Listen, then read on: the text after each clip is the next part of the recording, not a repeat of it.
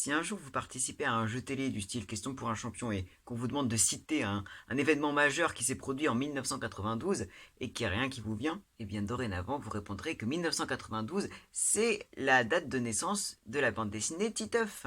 Je pense que vous connaissez tous Titeuf au moins de nom, au moins la franchise quoi. La bande dessinée du coup qui a pratiquement 30 ans maintenant. Elle est écrite par Zep et tout l'intérêt de son scénar c'est de montrer le monde des adultes du point de vue des enfants. C'est pour ça qu'on a des personnages d'enfants.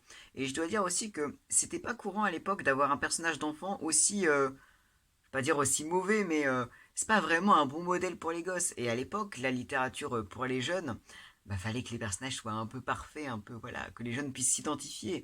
Titeuf, lui, il pense que au cul, il pense qu'à faire des bêtises, il est mauvais à l'école, il est assez vulgaire dans sa façon de parler. C'était assez risqué de faire, de faire quelque chose avec lui. Mais c'est très intéressant parce que justement Titeuf est un précurseur. S'il n'y avait pas eu Titeuf, on n'aurait peut-être pas eu les Ducobu, les Cédric, les Picobog aussi, on n'aurait pas eu tous ces personnages-là qui sont dans la catégorie mauvais élèves, entre gros guillemets, et qui apportent tellement aux jeunes lecteurs. Mais du coup, à la base, Titeuf, c'est peut-être pas forcément pour les enfants. Parce que l'intérêt, c'est de voir comment les enfants voient le monde adulte. Et c'est en ça qu'on va voir qu'en plus d'être un grand auteur, Zep, c'est aussi un grand dessinateur. Car la couverture du premier tome de Titeuf nous montre directement tout ce qu'on va attendre de la bande dessinée. On sait déjà ce qu'on va y trouver. Déjà, juste le titre. Dieu, le sexe et les bretelles. Dieu, d'accord, sujet très grave, sujet un peu de société, on va dire. Sujet aussi de l'introspection. On sent qu'il y a des pensées genre qui suis-je, où vais-je. Et Dieu, voilà, c'est aussi une source de polémique absolument énorme.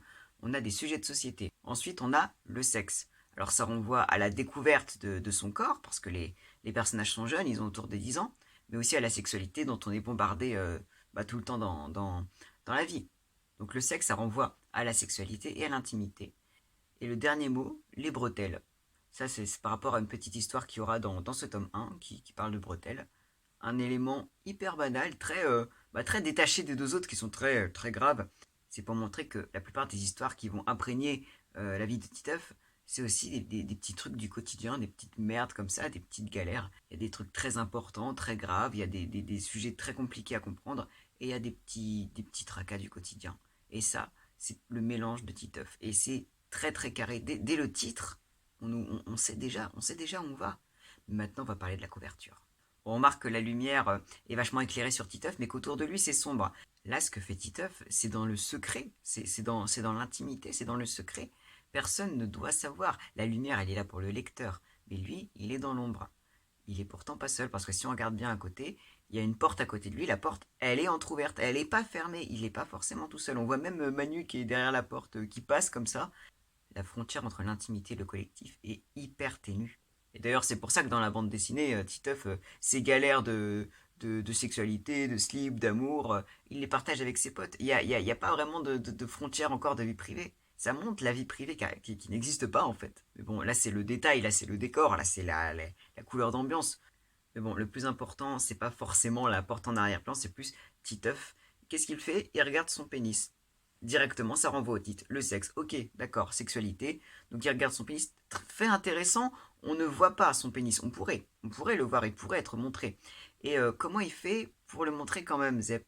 Eh ben il met le tableau derrière, le tableau un peu scolaire du pénis, mais cette fois de la manière la plus chiante et scientifique possible, avec le petit schéma, le méa urinaire, les corps spongieux, qui ne veulent rien dire quand tu as 10 ans. Et c'est très intéressant parce que ce jeu-là, le tableau derrière qui illustre ce que voit Titeuf, c'est intéressant parce que ça met en perspective beaucoup de choses. Et c'est pas bête aussi le fait que ce soit un tableau très scolaire. Ça montre combien l'école a un rôle hyper important sur ce que pense Titeuf, sur les idées qu'il va avoir et sur ce qu'il va découvrir. Par exemple en éducation sexuelle, vu que c'est sur la couverture. Mais pourtant, il a pas l'air hyper serein là quand il regarde dans son pantalon. Parce que ce qu'il voit sur le schéma, ça veut pas vraiment dire grand chose, le corps spongieux, tout ça. Ce qu'il voit à l'intérieur de son pantalon, c'est hyper différent. Et c'est ça qui est intéressant entre ce qu'on lui apprend de manière très académique et les expériences qu'il fait lui-même avec ses potes ou par l'intermédiaire d'autres gays de la société. Voilà, c'était l'analyse assez rapide de la couverture de la première BD de Titeuf. Et c'était pour vous montrer à quel point c'est spécial pour une BD destinée aux enfants. C'est normal, elle n'est pas destinée aux enfants.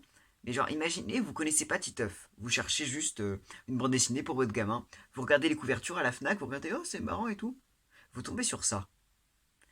Est-ce que vous allez vraiment le prendre? Est-ce que vous allez vous dire, ah, je vais l'acheter?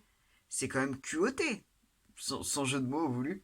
Mais je veux dire, c'est quand même assez osé. Zep, il prend le parti de pas traiter les enfants comme des petits saints tout gentils, non. Les enfants, c'est des éponges dans sa BD. C'est des éponges dans le sens où ils absorbent absolument tout ce que la société, tout ce que les grands, ce que les adultes mettent sur eux.